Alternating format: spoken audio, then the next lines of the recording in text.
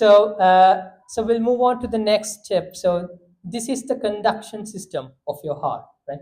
So basically the electric supply. So SA nodes, which is the natural battery of your heart, then it gives a supply to the AV node, right? Then it's comes as his bundle, then it gives the bundle branches, basically the right bundle, left anterior, left posterior fascicles, right?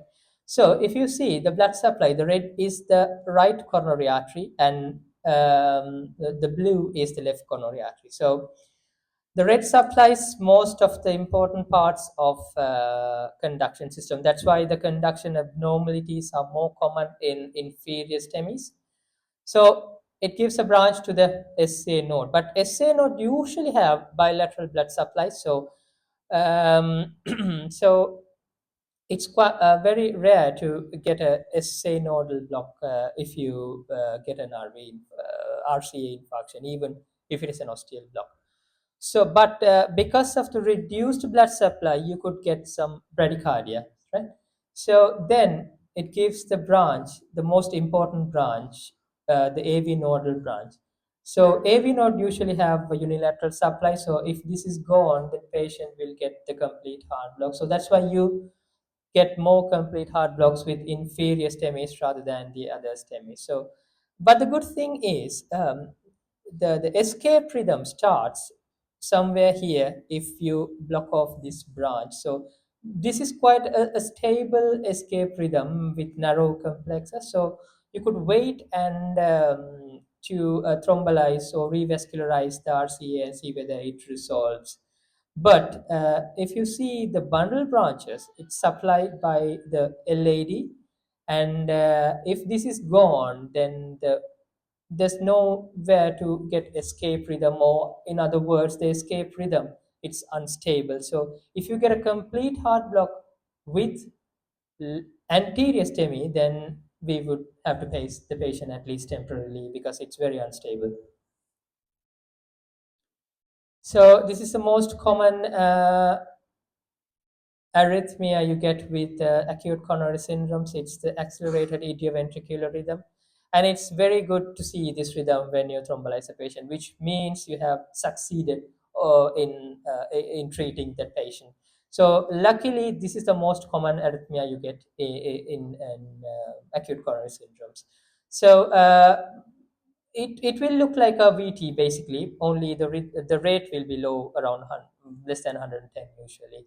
And again, the more the dangerous the rhythm, the more it becomes rarer, luckily, right? Right, so we'll move on to the ST depressions in case of non-STEMI. So the horizontal ST depression have the very high sensitivity, the specificity for acute coronary syndromes. The second one is the downsloping ST depression, but this can appear in strain patterns and LVH as well.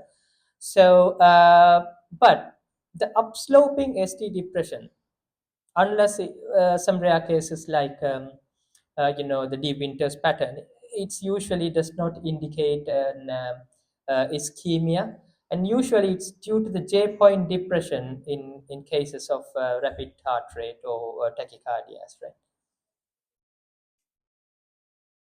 Right. So the T waves, right? So the normal T wave is asymmetrical, and there is usually a smooth transition and rapid downslope, right? A smooth transition, rapid downslope, asymmetrical. This is the normal T wave. So anything symmetrical is abnormal, right? So the hyperkalemic T waves are symmetric, pointed, short based, and if you say blunted, symmetric, broad-based one, then that is ischemic, right?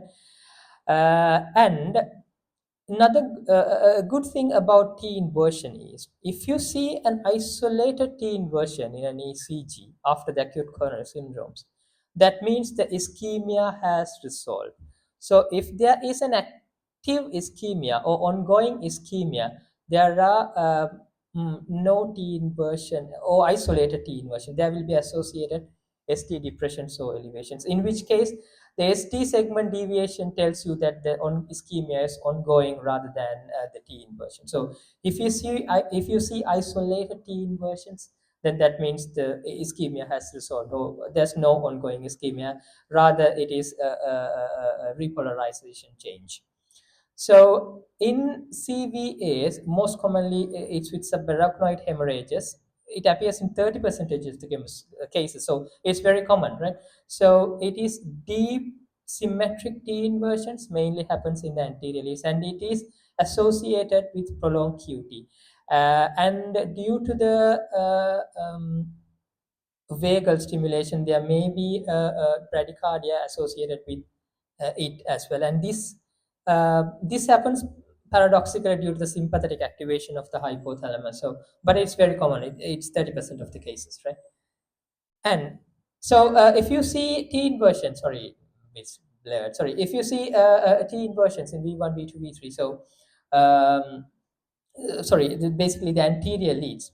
So the three things, deep T inversions, especially, you should think of three causes. It's ischemia or valence type B.